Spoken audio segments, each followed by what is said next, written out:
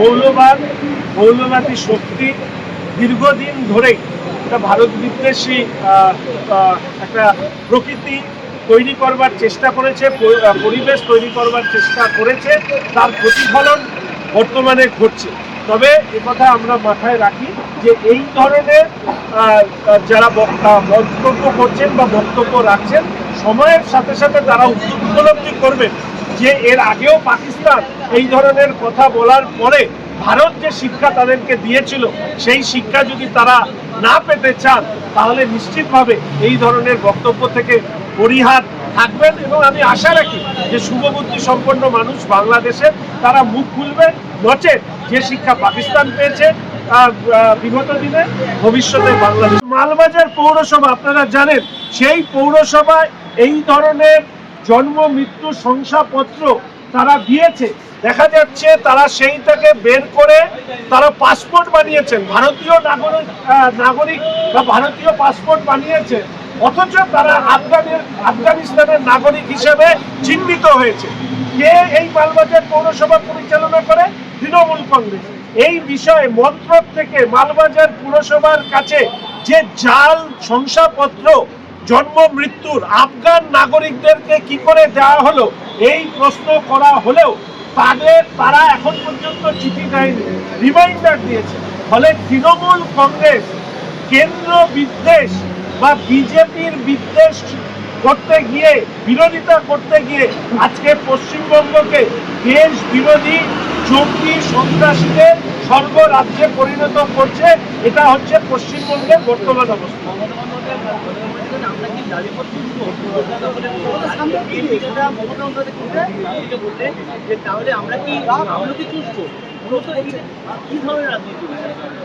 এই ধরনের রাজনীতির সাথে আমরা অন্তত পরিচিত নই।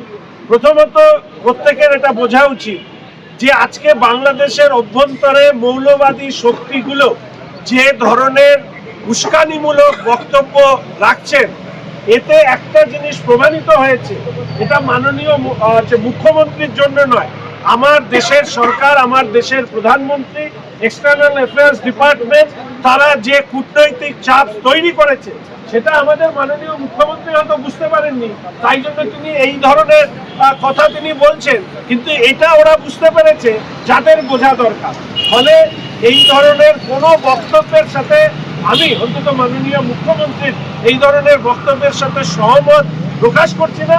এই ধরনের সিদ্ধান্ত নেওয়ার ক্ষেত্রে দেশের সরকার সিদ্ধান্ত নেবে, সাংবিধানিক পদে বসে থাকা রাজ্যের মুখ্যমন্ত্রী তার বক্তব্য লালিপপ চোষা ইত্যাদির মধ্যে সীমিত থাকুক, কারণ এর বাইরে বললে সেটা আমাদের সাংবিধানিক কাঠামোর পক্ষে অত্যন্ত বিপজ্জনক।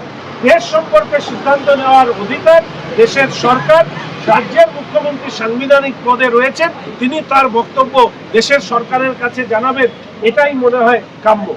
বিধানসভার অধিবেশন সরাসরি সম্প্রচারক আপনি আজকেও বলেছেন।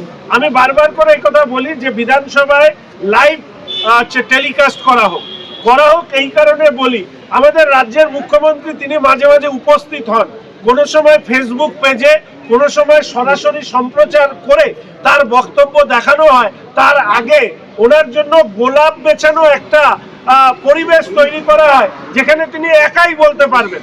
আমাদের বিরোধী দলনেতা হোক, আমরা যারা বিধায়করা রয়েছি বিরোধী দলে, আমরা যখন কথা বলি সেই কথা যাতে বাইরে না যায়, টেলিকাস্ট না হয়, তার জন্য কোনো ধরনের, সেটা আমি বারবার বলেছি, লাইভ টেলিকাস্ট হোক। মন্ত্রীরা কি ধরনের উত্তর দেয়, বিধায়করা তার এলাকা নিয়ে, রাজ্যের পরিস্থিতি নিয়ে কি ধরনের প্রশ্ন করে, এটা সাধারণ মানুষের জানা উচিত। সমস্ত রাজ্যে, বেশিরভাগ রাজ্যে এই ব্যবস্থা থাকলেও আমার রাজ্যে নেই। আমি মাননীয় স্পিকার মহোদয়ের কাছে বলেছি, অনুরোধ করেছি যে লাইভ টেলিকাস্টের ব্যবস্থা হোক, যেভাবে লোকসভা রাজ্যসভায় হয় বিধানসভায় হোক। তাহলেই বর্তমান রাজ্যে তৃণমূল কংগ্রেসের সরকারের অনেক নেতা মন্ত্রী, স্বয়ং মুখ্যমন্ত্রীর মুখোশ খুলে যাবে যে তারা কি ধরনের আচরণ, ব্যবহার এবং কথাবার্তা বিধানসভার অভ্যন্তরে বলে। বলছি, মুখ্যমন্ত্রী এবার জগন্নাথ মন্দিরে গেলেন,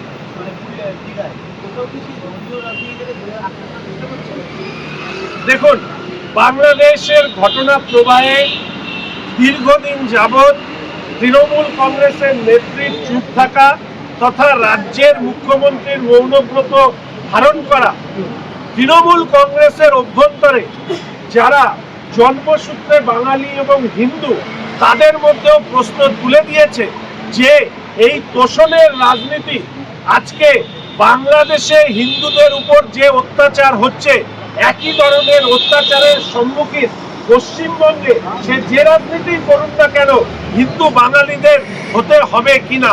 ফলে তৃণমূল কংগ্রেসের যে নির্বাচিত প্রতিনিধি যারা রয়েছেন বিভিন্ন স্তরে যারা জন্মসূত্রে হিন্দু এবং বাঙালি তারা দলের অভ্যন্তরে তৃণমূল কংগ্রেসের এই দ্বিচারিতা নিয়ে প্রশ্ন তুলতে শুরু করেন। ফলে মুখ্যমন্ত্রীকে নিজের মুখ বাঁচানোর জন্য এবং তৃণমূল কংগ্রেসের মধ্যে যে শুধুমাত্র সংখ্যালঘুদের নিয়ে রাজনীতি করা এটার পাশাপাশি যাতে সংখ্যাগুরুরা একেবারেই তৃণমূল কংগ্রেসকে ছেড়ে না চলে যায় তাই তিনি বিভিন্ন দ্বারে দ্বারে গিয়ে মন্দিরে গিয়ে নিজের ভাবমূর্তি তিনি উজ্জ্বল করবার চেষ্টা করছেন। কিন্তু আমি বলে রাখি এই ধরনের ভণ্ডামি কোনোদিনই কার্যকরী হয়নি। আমি আগে বলতাম যে অমুক পাড়ায় গিয়ে আমি অমুক সাজবো আর তমুক পাড়ায় গিয়ে আমি তমুক সাজবো, নিজের আত্মপরিচয় গোপন করে এক এক সময় এক এক জনগোষ্ঠীর রূপ ধারণ করে যে রাজনীতি করছেন সেই রাজনীতিতে অমুক জনগোষ্ঠী আর তমুক জনগোষ্ঠী দুই জনগোষ্ঠী 2026-এ ওনাকে ছুঁড়ে ফেলে দেবেন এটুকু আমি আপনাদেরকে বলতে পারি। আমার একটা যখন বাংলাদেশের মতো ঘটনা ঘটছে মুখ্যমন্ত্রী বারবার অনুরোধ করেছেন যে আপনারা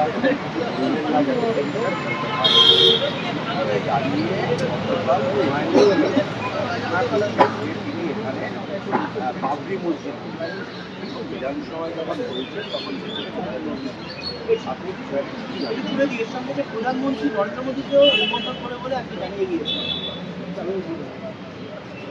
দেখুন, হুমায়ুন কবির বাবরি মসজিদ তৈরি করবেন এই কথাতে আপনারা আবার উৎসাহিত হয়ে হুমায়ুন কবিরের জন্য কিছুদিন অন্তত যাতে উনি প্রচার মাধ্যমে ভেসে থাকেন তার ব্যবস্থা করছেন ওনার কথাকে প্রাসঙ্গিক ভেবে। তো হুমায়ুন কবির তিনি বাবরি মসজিদের কথা বলবেন নাকি এপিজে আব্দুল কালামের কথা বলবেন, যার যেমন রুচি তিনি তার মতন করে কথা বলবেন। এবং তার পাশাপাশি শুধু এইটুকু বলবো যে মুখ্যমন্ত্রী নিজের যে পরামর্শ দেন নিজেই তা রাখেন না, ফলে হুমায়ুন কবিরও জানেন যে মুখ্যমন্ত্রী যেটা বাইরে বলে আর সেটা হচ্ছে শুধুমাত্র হাতের দাঁতের মতো, ওটা শুধু দেখানোর জন্য। ওনার ভেতরের যে দুটো দাঁত আছে হাতির যেরকম খাওয়ার দাঁত সেরকম দুটো দাঁত আছে, সেখানে বলা আছে যে যা খুশি পারো বলতে পারে। হুমায়ুন কবির এই ব্যাপারে অত্যন্ত শ্রদ্ধাশীল মুখ্যমন্ত্রীর প্রতি, তাই তিনি জানেন মুখ্যমন্ত্রীর যে প্রচ্ছন্নভাবে উনি যেটা বলেছেন বা উনি যেটা বিধায়কদেরকে নির্দেশ দিয়েছেন বাংলাদেশের মতন সংবেদনশীল বিষয় নিয়ে কেউ কিছু বলবে না, ওটা আসলে একটা ছেলে ভোলানো কথা, সবাইকে বলা আছে যা খুশি বলো, তাই হুমায়ুন কবির বলেছেন। আর প্রধানমন্ত্রীকে আমন্ত্রণ জানানো, মুখ্যমন্ত্রীকে আমন্ত্রণ জানানো এই সমস্ত ব্যাপার উনি আরো কাছে কাছে আমন্ত্রণ জানাতে পারেন। সৌদি আরব থেকে শুরু করে ইরাক, ইরান, তাদের রাষ্ট্রপতি, প্রধানমন্ত্রীদেরও আমন্ত্রণ জানাতে পারেন। কে কি ভাবলো তার উপরে উত্তর দেওয়ার কোনো প্রয়োজন আছে?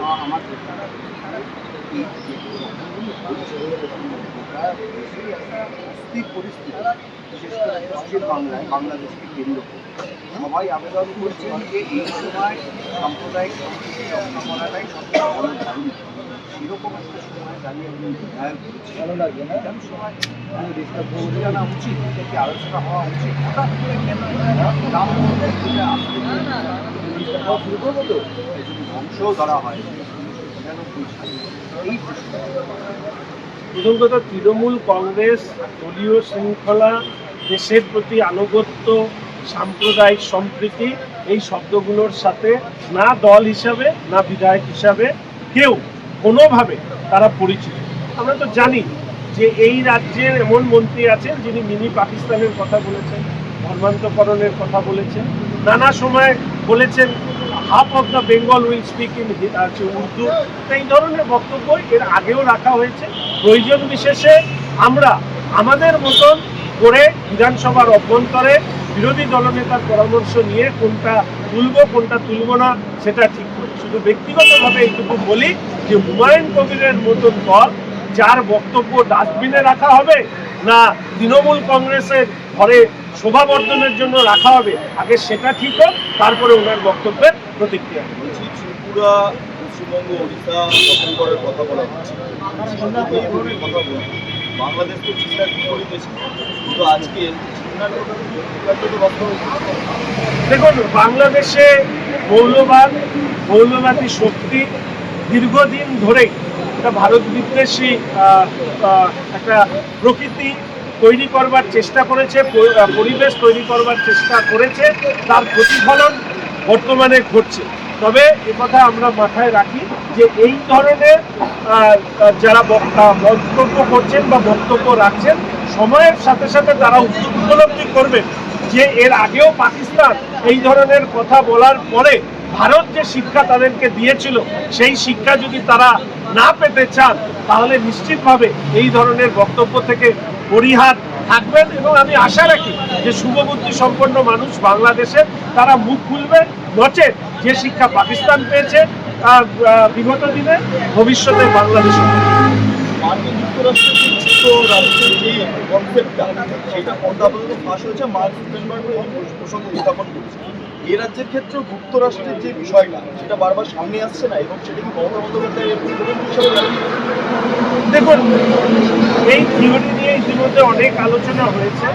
ভারতবর্ষ তার সাংবিধানিক কাঠামোর মধ্যে দিয়েই এই ধরনের তত্ত্বের বিরুদ্ধে মোকাবিলা করবার মতন সামর্থ্য আছে। ফলে মুখ্যমন্ত্রী জানেন কি জানেন না, এর থেকেও বড় বিষয়, এই ধরনের শক্তিকে মোকাবিলা করবার সামর্থ্য ভারত ইতিমধ্যেই অর্জন করেছে। আচ্ছা, বলছিলাম যে কালীঘাটের কথা, ঠিক আছে, সুজয় কৃষ্ণ মত, তাকে সিবিআই যে কোনো সময় অ্যারেস্ট করতে পারে। তার অন্যতম কারণ যেটা 5বার ডাকা হয়েছে, এরা যাবেন কিন্তু সিবিআই কিন্তু এখনো পান। ফলে এই যে বারবার ডাকা হচ্ছে, যাচ্ছেন না, এটাকে কীভাবে দেখছেন? দেখুন, একজন অপরাধ এবং অপরাধ মনস্কতা তারা বারবার করে জেরা এড়িয়ে যাওয়ার চেষ্টা করেন বা তদন্তকারী সংস্থাকে এড়িয়ে যাওয়ার চেষ্টা করেন। তদন্তকারী সংস্থাকে এই সিদ্ধান্ত গ্রহণ করতে হবে তার বিরুদ্ধে কি ব্যবস্থা নেই।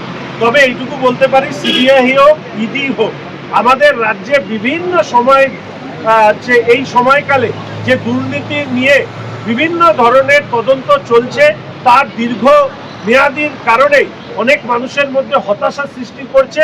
আমি আশা রাখি যে দ্রুত সমস্ত ধরনের তদন্তের ক্ষেত্রে চার্জশিট জমা দেওয়া এবং পরবর্তীকালে যারা অপরাধী তাদেরকে শাস্তি দেওয়া, এটা নিশ্চিত ইডি এবং সিবিআই করবে। একজন জনপ্রতিনিধি হিসাবে এটাই আশা।